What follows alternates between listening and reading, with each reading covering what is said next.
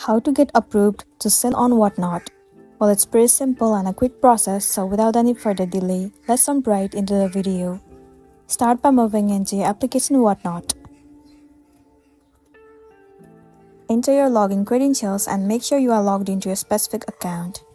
Once you have been logged into your account, now move into account at the bottom right corner of the screen.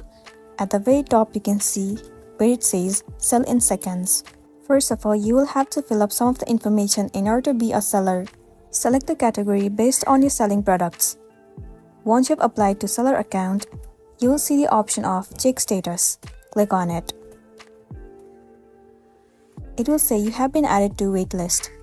Now you will have to wait for some few days in order to get approved as a seller. They will reach you out as soon as you get approved, and then you'll be good to go. So that's a wrap for this video. If this video helped you out, give it a like and check out our next tutorial. Thank you.